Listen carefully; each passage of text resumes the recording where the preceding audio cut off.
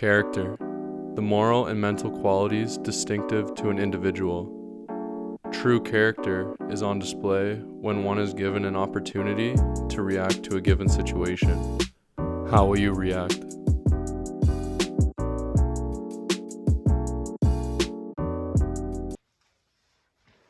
Welcome, episode 002.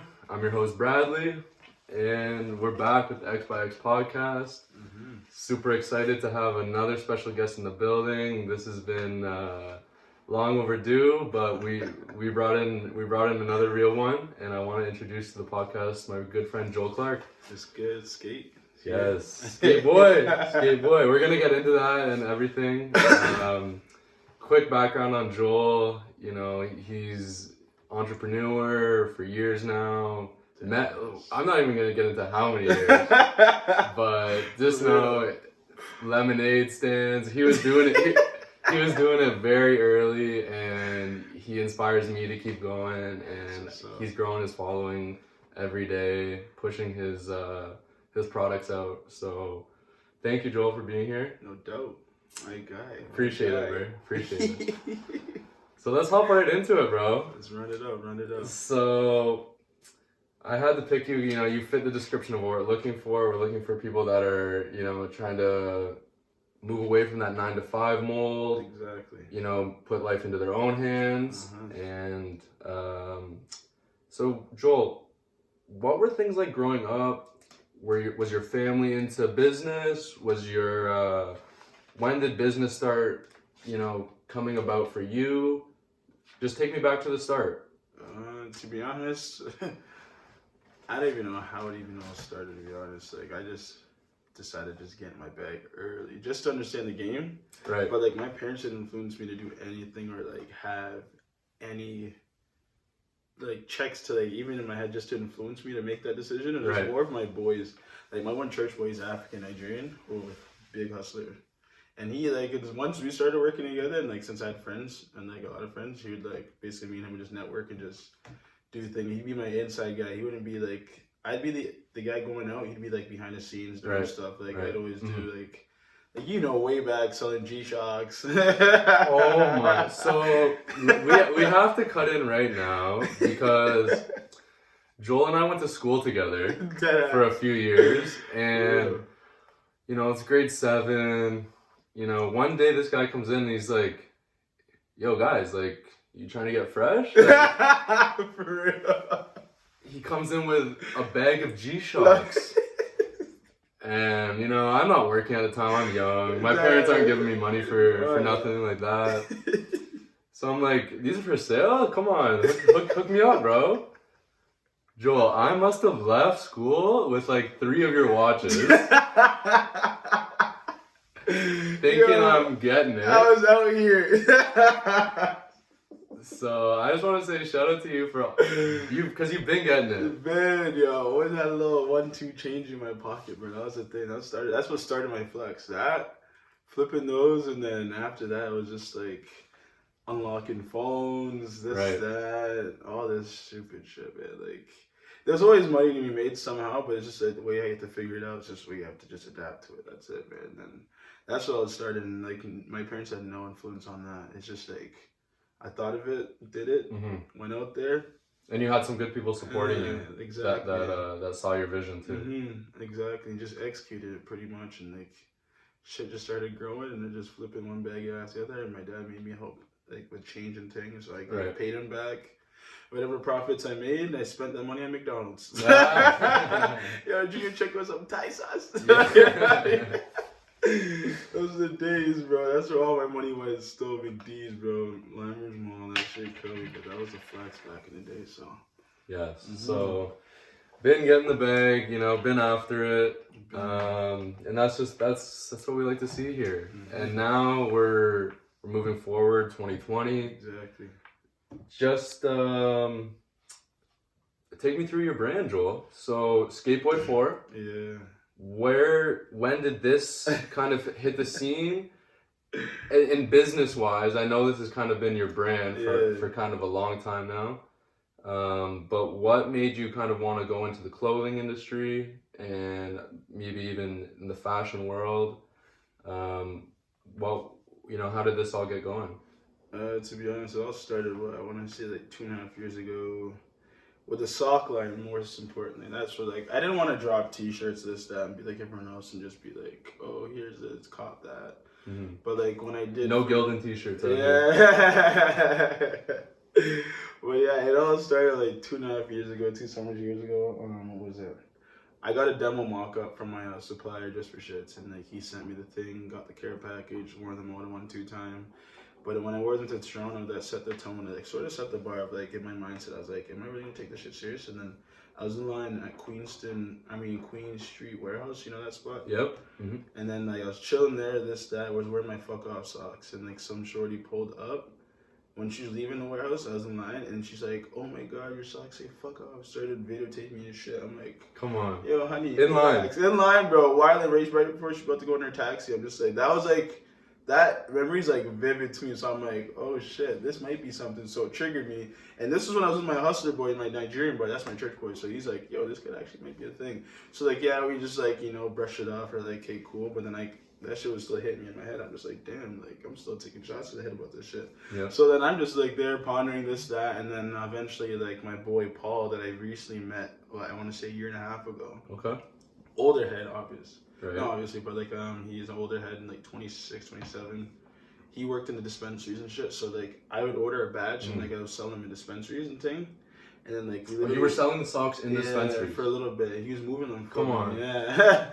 And then like bro, I ordered like 50, 60 of them, and then like they sold out in like 2 days. Like my man was pushing them. So like he's like one of my associates I work with, and like we're plotting to do all this business shit. Like we're just keeping everything on the hush hush right now. But anyways, back to the subject. Yeah. Okay. Yeah. So that's where it all started, man. And like ever since then, it's been like a thing. And I guess socks, like I don't know, it's more of a the socks, I like now that I actually, it was all by accident, but like it ended up working in my favor somehow, and then it's just more of an interactive touch to like the fashion industry, because like shoe game, sock game, and then like they're like mood socks in a sense, like fuck off, slut. Like, it's just shit like that. What are some of the sayings that you got going on the socks right now?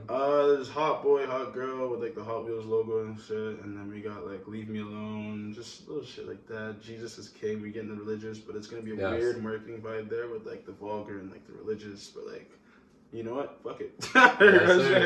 And it's just the marketing purpose behind it. People might mess with it, people might not mess with it, but at the end of the day, it's just, it's my product. It's what I'm pushing, and we'll see how that works out. And then, that's pretty much it, man. Like the stars align sometimes, bro. So, and like now we're officially establishing this year. Parties on the way, more material coming on the way. Release parties? Yeah, release party. I'm a little private one first, and then pool party, and then I have to throw another event and all this stuff. But shit's coming up. But as soon as this cold ass winter's gone, you gotta let me know, and we'll definitely be there supporting. That's a fact. Talk to me. Now, Joel, I just want to let the audience know that we go back many years, 10 plus years for sure. Decade, it's crazy. Which is just insane to think about. But we weren't only good friends, but we were also teammates for a long time. Not even team, we were family, bro. Fuck. For real. Family. Drink to that. So we went to this school, sports specific school. Yeah, Riddell. Wow. R.A. Riddell in Hamilton, Ontario.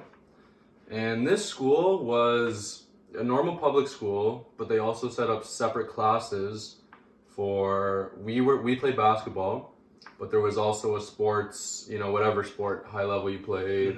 I remember there was like go-kart drivers, golfers, everything, swimmers in this other class. Yeah.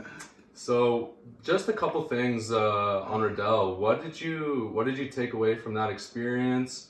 I know me and you, we both left our home schools. Literally, that was left scary. all our friends that we knew from years, and we took a chance on our life to go forward with this. So what did you get out of that whole experience at Riddell? To be honest, bro, like when you had your first interview, like not the interview, but like the whole walkthrough at Riddell, Yeah. And, like how we had to go show around the school before we actually committed. Yeah. Bro, I was so shook. I was like, Temple Mead was like an up and coming school. Like that was a brand new school. It was. And then I was just like, yo, am I gonna downgrade? Like I was literally butterflies for days. I'm like, am I gonna downgrade to this when I'm at Temple Mead with all my niggas? I swear all my friends were, bro. Like shout out to my barber Montez. You know what I'm saying? 52. Yeah. That's my guy. I know Montez for like 10 years. But yeah, Temple Mead was that was my home. That was my home, bro. Like. And then I was like switching to Rideau. I took my interview there. Like I was just like little tour and that. I was just like iffy about it. But then like, how old were we at this time? What was that like? That was one of grade 6, no, grade 5 or something like that. Or was it? I don't know, one of those two. Because it was crazy. I think grade 6. Yeah. So we would have been probably 13 to 15 maybe. Or no, younger than that, no. Because what, you start high school? Oh yeah, high school you're like 13, 14, right? I didn't even know, but yo, that was a drastic change for me, and like, I was just like shook at first, and then it ended up working in my favor. Like not in my favor, but like it was just a good change. That's the thing. Like it made me adjust to change easier in like life, because like people are afraid of change and adapting to different like lifestyles and cultures, this that. But like Rideau was probably like a good move, and like. It helped me meet new people because I literally went to 3 elementary schools. I went to Lincoln Alexander from grade 1, or no, SK to like grade 1 or 2. Yep. Then I went to Temple Mead for 2 years. Off that, then went to Rideau, and then met a bunch of new heads. Like, right. It's crazy. It's just like all that changed all in like within like literally 10 years of my life. It's just like wow. And like now I'm here and networking still. Yeah, of course, it never stops. It's crazy, man. But yeah, other than that, it's just. It really helped me to get like wrap my brain around like just adapting to change, and just life's always ongoing, bro. Like it's just that you can't settle and just be comfortable for the rest of your life. It's just like you gotta actually adapt and like reach out there and take that risk and that chance while you're young. And then yeah, we're young and getting it. You know? Still taking risks. Literally, bro. Can't be afraid to take a risk. At all. So like that was a good change. I met some dope people. Like I known Brad from time since the BSYJ days, you know. So like being there with my dogs. From time, and then we all went to the same school, and we were treated, Rideau, we were treated like kings. I can't even lie. Joel, tell them what we were doing like every week. Just give them some insight. Because a lot of people don't know. They don't know. This experience in elementary was crazy. Like, McMaster on the Mondays, rock climbing for fun, all these little like, courses. I don't even know. It was. Rideau was sick. They had Camp Wanakita in Quebec. Oh my. Bro, we were actually living, bro. We did some great trips with that school. Good, great trips. Fantastic teachers. Yeah, some people there was some cute teachers. No names, but we know the names. If you know, you know. You know. But yeah, Rideau was life-changing for me as well. Yeah. I got so much out of that. Literally. It was no gym class, it was basketball class. Yeah. Even workout class was lit too. It was crazy. Like first time I ever touched weights was at Rideau, and just building that foundation. Exactly. I feel like that has really helped me like going forward, and with my fitness career, I'm still in the reffing world, so basketball has been a huge influence on me, and big start of that was definitely at Rideau. Rideau was a school, man. Garth Pizza. Yeah, make sure you get your little note from your parents. Oh, you're not leaving the school without a note. No. You can't cut. You can't cut, bro. Oh, if you do, you were getting talked to after. To God. You know what mind blew me though was Mr. Han, bro. He knew every student's name, and I did not understand how he did that. That was crazy. Right. But he knew from SK to grade 1 to 2, 3, through every grade. I'm like, how do you know all these kids, bro? That's why he's nominated like the best principal of like decade. Yeah. So shout out Mr. Han. Mm-hmm. He was our principal at the time. He was a fantastic guy, and he was extremely involved with the sports program.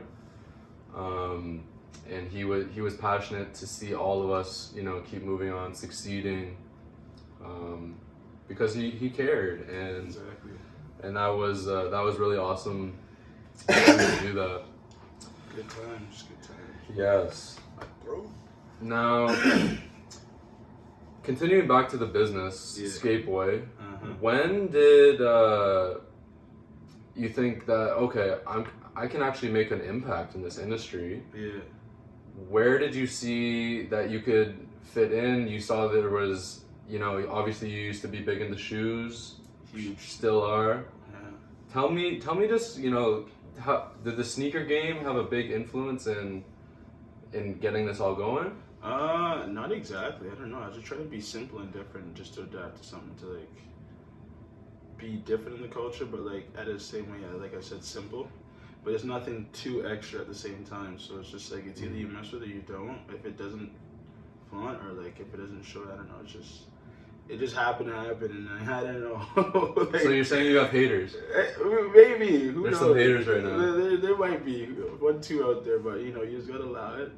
Keep doing you. Don't let anyone interrupt your little business that you got going for yourself. Right. Yeah, just keep pushing towards what you can do, and like, just put your efforts in it. Like for me, like, I don't know, ball was my dream. I took everything day by day, but you know, right. party life took over in high school. Yep.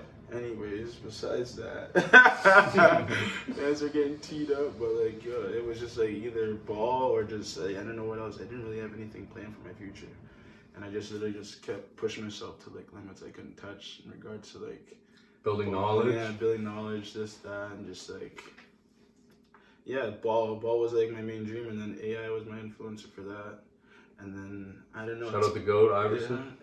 Yeah, AI. But yeah, other than that, it's just like, ball didn't work out. It's just like, I need to find another drive. So like, and now I found like my little niche. And like, I've always been that hustler to always just have something going to like make money or some way. There's always money to be made in this world. So I just had to figure out a day or time. So like, time is everything, and patience is key in any world that you are actually, or any industry that you're in. So that's all it is, man. So that's all I gotta say for that. Okay. Now, if you could go back, speaking on patience, if you could tell your younger self anything, what do you think, now knowing what you know, what would be some tips to a younger self or to a younger audience that that might be able to, you know what, I don't really know what I want to do.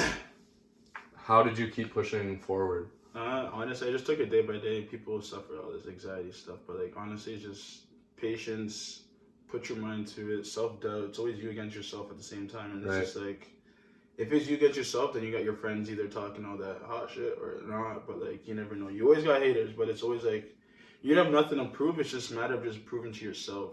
Right. If you can have that dedicated mindset. But if I could go years back and just like, able to like, I guess like push myself in a sense, because like if I put my heart and like dedication and like off the whole partying, this, that, and actually like put my mind to it and actually stayed more focused into it, I think I could have pursued it more. But like in the younger audience, like I'm literally trying to plant my seed into like my little cousin who's in grade 9 now.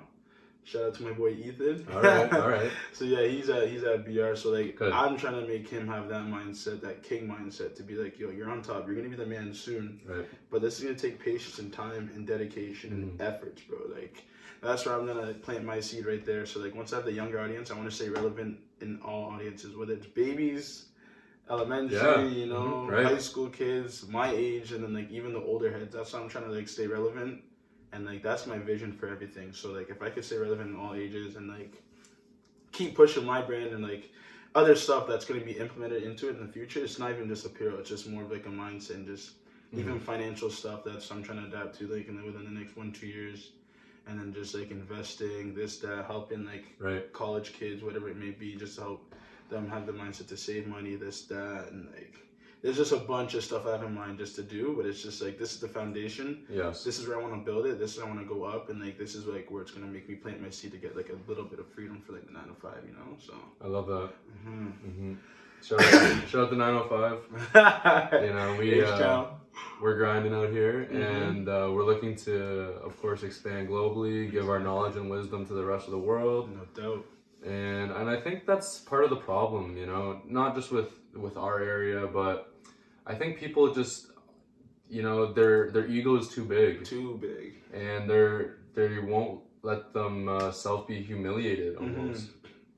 I find most people aren't really putting themselves out there, and then they're stuck working at, you know, whatever factory or whatever job, and these people had skills, and now they just kind of didn't want to pursue things further, and it's too bad. But I think if the ego can be minimized, and you know, you actually want to help people succeed, if it's for a bigger purpose, there's no limit to it. Exactly. So that's what the system's all about, bro. It's just like you're brainwashed, and just the government has something set for you, but it's just like you're working by your balls, bro. Like, they have a strap on your balls and you ain't going nowhere. Like, that's what it is, man. Right. It's either you're strapped by your balls, and you just gotta figure out a way to exit the system. And that's my goal, to just figure my own system and have a little bit of freedom, to be free-minded and just push that knowledge to other people and be like, yeah, honestly, just go out there and do it. Grind now, suffer now, and you'll be good later. Like, that's what, like, I'm not trying to have my pension paying, retire by 65. Like, I'm gonna be broke up. What am I gonna be doing? Like, yeah, my knees are bad, this, that. Like, I'm trying to be living by, like, I'm 30, 40, and like, it's just not one of those where I'm having my pension plan. These boys at my work, like my 9 to 5 now, they're like, this, set up your pension. I'm not. Yeah, I'll set that up, but like, honestly, like, that's not even my vision. Like, I see bigger and better before y'all see that. So like, that's the thing, people live by that. So, and I think it comes, you know, one of my favorite lines by Jay-Z, you know, one of my favorite artists is, I'd rather live enormous than live dormant. And you know, that's how I try to live my life. I try to, you know, pursue things that I'm passionate about. Literally. And I want to put, you know, everybody on who's trying to live enormous. Sure. I've seen the vision from you, and you know, other guests that we have coming on. I you know, there's a reason why we have you guys on. It's big. And also, I just want to put in a quick side story. Hit me. With me and my boy Skate. So a couple years ago, I'll never forget this, bro. We were with another artist, one of our local guys, Ryan. We're gonna have Ryan on later, but we'll get into that. And we went out to Mississauga. Oh God! So this was crazy. Joel hits me up, and he's like, "Hey, like, are you free this day?" It's like a weekend or something. And like, we're gonna go to Saga, talk to these guys. I'm like, okay, like, I have nothing to lose. I'm open to learning. Honestly. Right? So I drive out, I pick these guys up, and we pull up to, I'm like, what the hell is this address? We're at I forget the name of them, but those twin towers in Mississauga. The condos, biggest buildings in the whole city. We pull up. We meet these guys in the lobby. They take us up to like the penthouse boardroom, overlooking the whole city. This was wild. I'll never forget this. And it was, I think we were talking about Forex at the time. These guys were killing it in the Forex field, and you know, we're just open people to learning and, you know, different opportunities. So we're seeing these guys wire them cash, and you know, they're talking on the phone, their phone's blowing up, and I'm like, this is just crazy. Like, where am I right now? And just a long story short, you know, we left that meeting, and we were on our way back to the car, and I'll never forget you saying this, Joel, that I don't want to be under control by anyone. I want to live my life on my own terms. And I'll never forget you saying that. Wow. And I just want to, you know, some things in life, you just have to have an open mind to it and see almost 1,000 feet view. Literally, man. And, you know, when you take a step back, sometimes you can see, I've been living my life like XXX every day, but I'm not getting anywhere. I'm not making any progress. Whereas if you actually decide to put something into your business, your brand, who knows where it can be? You're now at thousands of followers on your Instagram. Your brand is selling out in a few days every time. And I just want to shout out you for sticking with it. And thank you, brother. You know what? You weren't talking some bullshit. You were speaking the truth, and you've stuck with that. So keep at it, my boy. I like that. I like that talk. I like that. Yeah, but yeah, it's just just happens to happen, you know, that way. And it's just like once you say something, it'll just come to the future, man. Like, you know, you never know. You have to speak it into existence. Exactly. That's the one I was like talking. Mm-hmm. But yeah, that's exactly it. Speak things into existence. Once you have that mindset and built into your character, it's just like nothing's stopping you at all. Just push. That's all it is. You have to push. That's what it all taught me. Ball days, bro. Can 6 days, bro. Like those were hell days, bro. But like you gotta grind. Like I'll never forget those days. Ball days are crazy, man. Yeah, man. You just saying Can 6 there just brought up so many memories. That was insane. That was a crazy time, man. Crazy, man. Like those, like it's not even that. It's like practice even made me nervous to go in. Like you know, you have butterflies to go in for a game, bro. I was nervous to go into my own ball practice, bro. Oh like any fuck up, suicides. And yo, bro, I'll never forget the one time like we had practice, bro. Like it was 5-on-5-on-5 with our A team and B team, bro. And like there's a team at half, team at the other side, and a team on the opposite side. Bro, it was just like play, no fouls. Yo, mans were bloody, this, that, bro. Mans were actually scrapping on the court, and it's just like, yo, what am I doing here? Like, me, skinny old Joe, bro, I was frail as hell, bro. I'm just like, God damn, putting up with these niggas like 6 foot.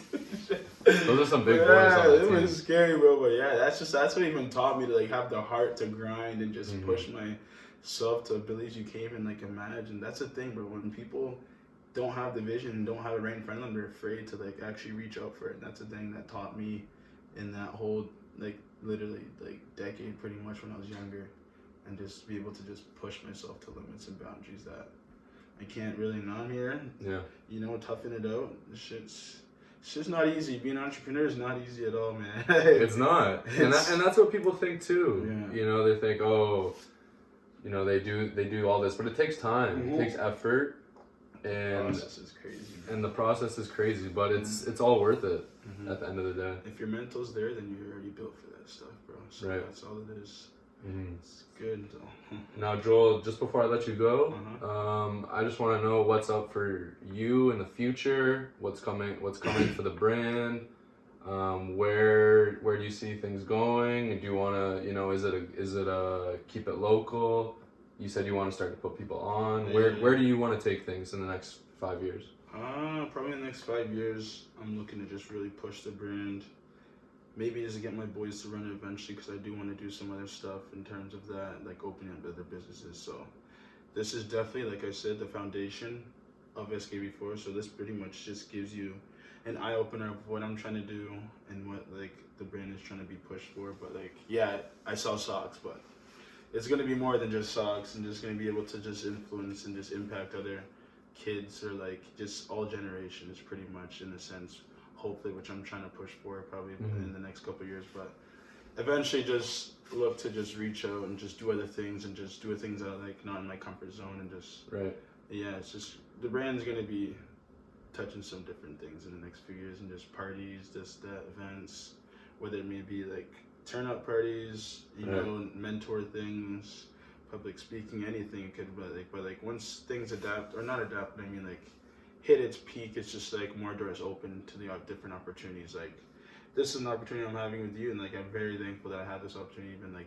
be able to discuss on a podcast. Like this is pretty big, regardless. Like anything's progress, bro. Like at the same time, even for yourself. So like this is a start. This is a start to something. It is. You never know what'll take you. So like that's the same thing I thought with my brand. I never know what'll take me, and I just kept taking it day by day, and just like some days will just be like, oh, should I do this or not?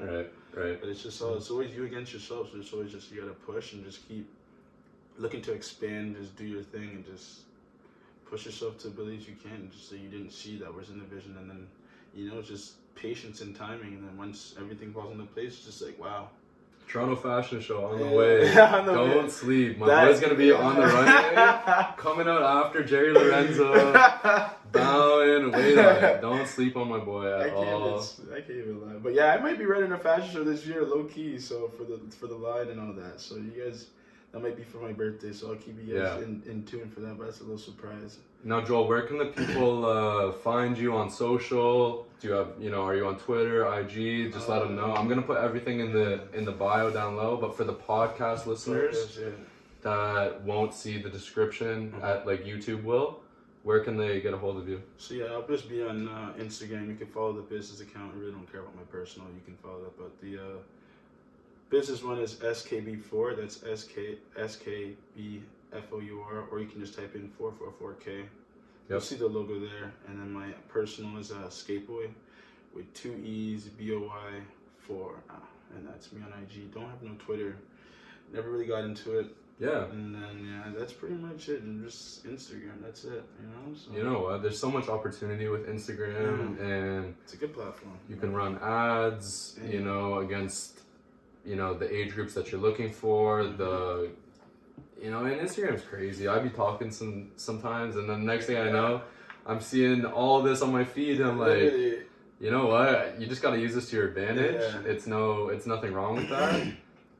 Instagram it's weird though. I feel like your phone's listening to you, bro. Like, I'll be talking about next stuff, and then like an ad pops up of what I'm talking about. I'm just like, what the hell? Like, I should be buying this, and then all of a sudden on Instagram I'm scrolling. There's like oh, you should buy this. And I was literally just talking about that 10 minutes ago. I'm like, yo, my phone's weird. Like, Instagram's too much for my head top. Right.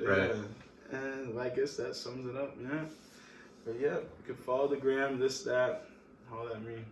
Okay. Website coming soon for the line and all that. So yes. So I need everybody to go follow my boy right now. As soon as you see this, he's doing big things. Super proud of this guy. 444 is the one. We getting there. Thank you, my boy. We getting there, baby. From day one and forever, bro. So keep chasing your dreams. This has been XbyX 002, and we'll see you in the next one. Peace. No, skate. Sir. Good work.